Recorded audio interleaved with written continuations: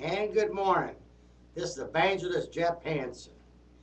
And this is our second part video of our teachings in the Bible. Yesterday we spoke about the reforming of all the nations, okay? And how God's going to bring them all together in one accord. And this is going to be the reformation of all the nations that's going to come against Israel in the end days. Now, when this begins, we're talking about the reason why all the nations that are coming together around Israel. And we talked about that yesterday, okay? And then this is how God is getting the beginning, where the Ezekiel war is going to come in. Now, don't ask me when, because I really don't know, okay? So here, I want, go to Daniel. Go to the book of Daniel in chapter 12:21. And Daniel warns us of this time, okay? And we're talking about the Great Tribulation now, okay? In Daniel 21, he says, there shall be a time of trouble,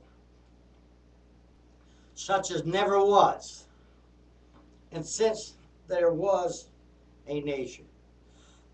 So when Daniel's talking about, he's talking about the nation of Israel. It's going to be a very, very hard time, okay? And he's given a warning out there. And Jesus himself said in Matthew 24:21, okay? For there shall be a great tribulation. Wow. A great tribulation. Such as never since the beginning of the world at that time. So that's a pretty stiff warning right there of what's going to take place in the tribulation period. And like I said, that was Jesus that said that. Now, in order to understand a little bit about Ezekiel, okay, we're going to have to do some Bible history here, okay? So instead of going right to Ezekiel 38, let's start in Ezekiel 32. Because when you read Ezekiel 38, you're going to hear some names you probably never heard of before. So we'll start in 32, verse 26. And it says, there is Meshach, Tubal, and all their multitudes. Her graves are round about him, and all of them uncircumcised, slain by the sword, though they cause their terror in the land of the living. Read it again. This is Meshach and Tubal, and their multitudes in their graves round about, and all of them uncircumcised, slain by the sword, though they caused their terror in the land of the living. Now, where's the land of the living? It's always been Jerusalem, okay? Israel. So, this is your first one that talks about Meshach and Tubal. Now, let's go to 38. Let's just jump a little ahead here. Go to 38. And this is, everybody knows, 38 and 39 is the war of Ezekiel. And here we're going to have to do a little history work. And it says, chapter 1, 38, verse 1. And the word of the Lord came unto me, saying, Son of man, set thy face as against Gog, the land of Magog, the chief prince of Meshach and Tubal, and prophesy against them. Now, who are these Gogs and Magogs, Meshach and Tubal, Sheba and Dinah? Now, where are they from? Who are they? Okay. Well, here we go. We're going to get into a little history here, okay? Now, I want you to go over to Genesis. Hold your space there in Ezekiel. Go to Genesis. Because these words are right there, okay? Go to Genesis chapter 10. Chapter 10. And we'll start in verse 1. Chapter 10, verse 1. And it says, Now these are the generations of the sons of Noah, Shem, Ham, Japheth, and unto them were sons born after the flood. Remember Noah, the story of Noah, right? So these are the sons that were born after the flood, okay? Verse 2. The sons of Japheth, Gomer, Magi, Madai, Javelin, Tubal, Meshach, and Tyrus. So there we go. Way back before Ezekiel are them names in the Bible. So that's why I said, in order to understand the book of Ezekiel, we need to understand where do they come from? Who are they? What countries do they come from? Stuff like that, okay? So we got to do our history in the Bible in order to fully understand it. Now, also if you read on, as we get into the book of Ezekiel, and the sons of Gomer, Ashek, Raphi, and Tamaragah. Okay. So we get into some more there, okay? And then it names Tarshish, okay? By these were the isles of the Gentiles divided in their lands, every one after his own tongue, and their families, and their nations. Cush, Put, Sheba. Wow. Dinah. You read on down, and you're going to see these names. It's going to appear in Ezekiel 38.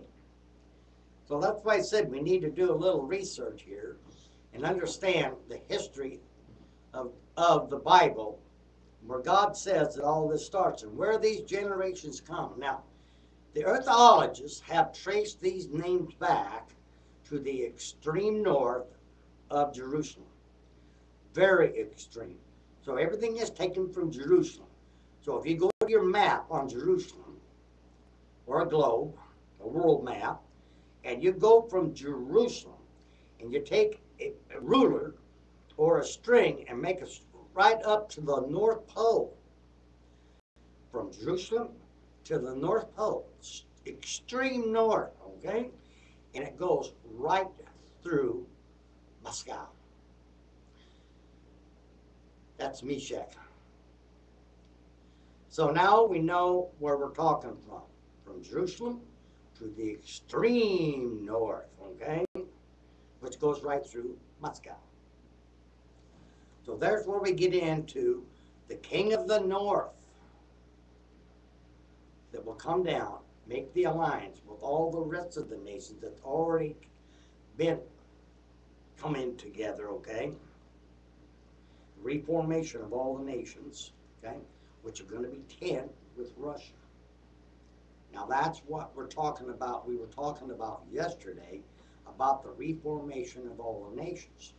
See, brothers and sisters, Bible prophecy is being foretold right now, you know, because of the realignment of the nations. All the nations that I talked to you about yesterday, Libya, Egypt, Sudan, Syria, Iraq, Iran, Saudi Arabia, and the king of the north, and Turkey, okay, will all come against Israel, okay, in the last days. Okay?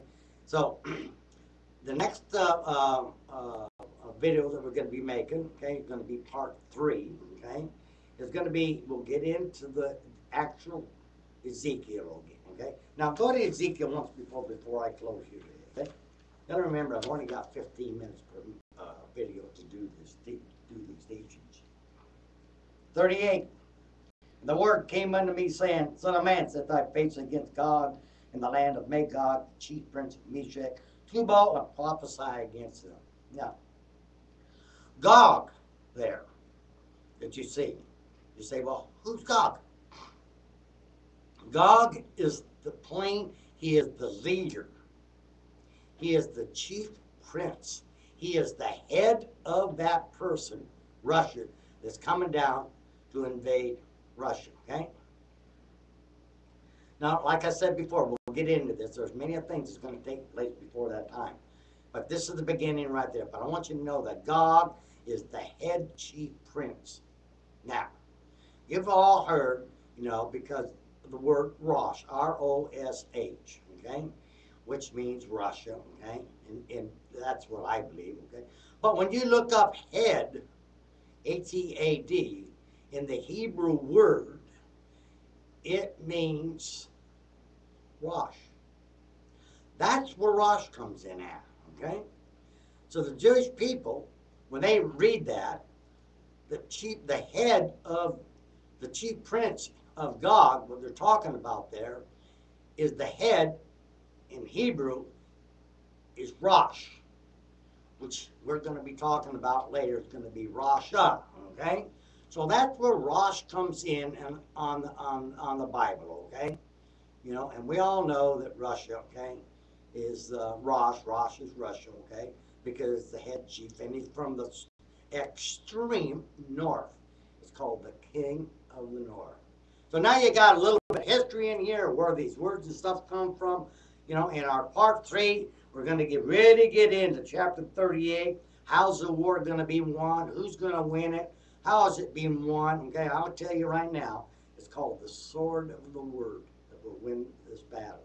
The sword, okay? And we'll get into other Bible scriptures here where the sword was used before, okay?